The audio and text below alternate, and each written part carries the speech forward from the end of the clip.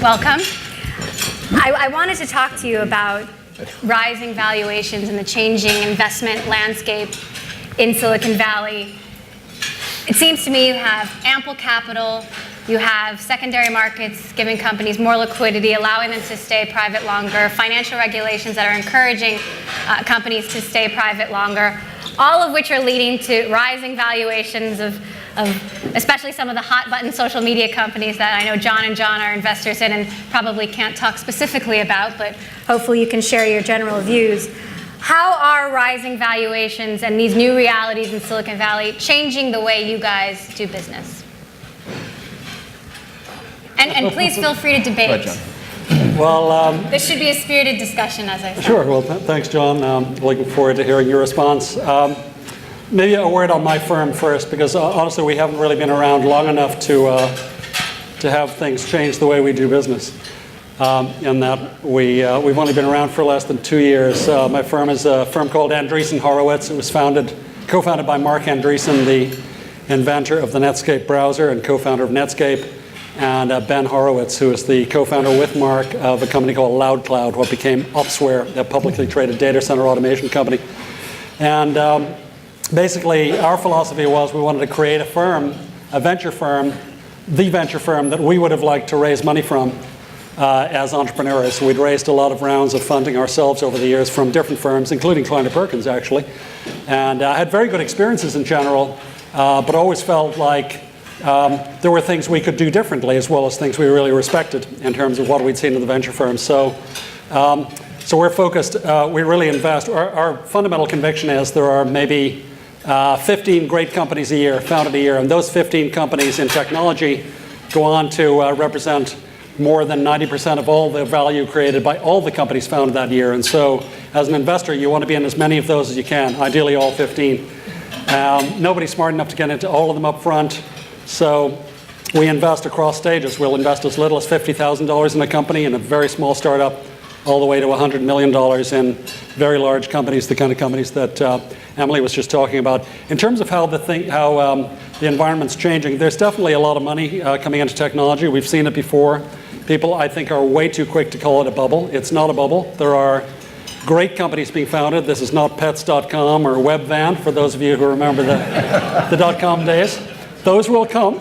And it'll be entertaining to see what they look like this time around. But the companies we're investing in, and John's investing in, and other great firms are investing in, are real companies, and they're building against a worldwide market of over 2 billion internet users, going to 4 billion with the advent of smartphones. Where back in the .com days, we had 50 million people on the internet, maybe, worldwide. They were all on dial-up internet. So there's a cause for a lot of money to come into the sector. There's great opportunity. And because these companies are staying private so long, they need a lot of capital once they've got the recipe down to really capture the global opportunity. It's a great time to be investing. John Denniston, how about you? Yeah, sure. No, so let me, I think that the question is mostly around digital companies, internet companies, and of course in the startup sphere there's great activity in life science and green tech, and I would say that the valuations are pretty much normal. It's not really, they haven't been inflated like they have been in the internet, but there's so much excitement in the internet for good reason. I agree completely with what John is saying. Let me point to another factor that I think is an undercurrent that will come into these markets in the coming years, which is we've just been through the most challenging economic time since the Great Depression, and that has had an impact on the American venture capital industry. I'll give you some numbers. 2008, the amount of capital raised, fresh capital raised by American venture capital firms from their investors was $28 billion. 2009, that plummeted to $12 billion. And something of a surprise last year, reduced again to $10 billion.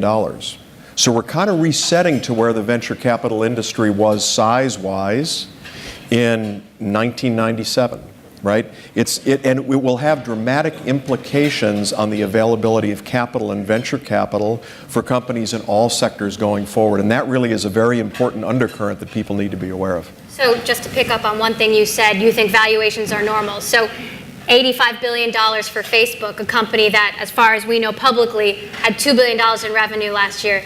You think that's normal?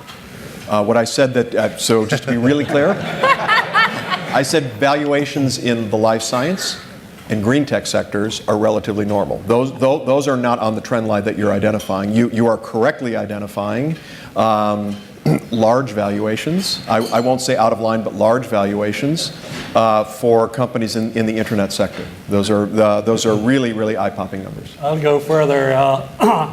While I don't want to comment on any specific companies, particularly those we've invested in, including Facebook, I would say those valuations are absolutely reasonable. If you think about this in terms of Google or Apple. Google's market cap today is what? I don't know what it is today. 160 billion, maybe 180 billion. 190. Apple's. There you go. I'm even underestimating it. Apple's over 300 billion. These are, those companies probably would have looked expensive to a lot of people at 80 billion. There are a few companies that are really building against this global opportunity, and they've only shown a very small piece of what they can ultimately achieve. And it's not hard to run the numbers and see how that happens. There's obviously a lot of risk along the way, but there are truly global companies being built today that you couldn't have built even 5 years ago, given the reach of the internet today. And those are still good investments. Not all of them will win, but some of them will win very, very big, in our view.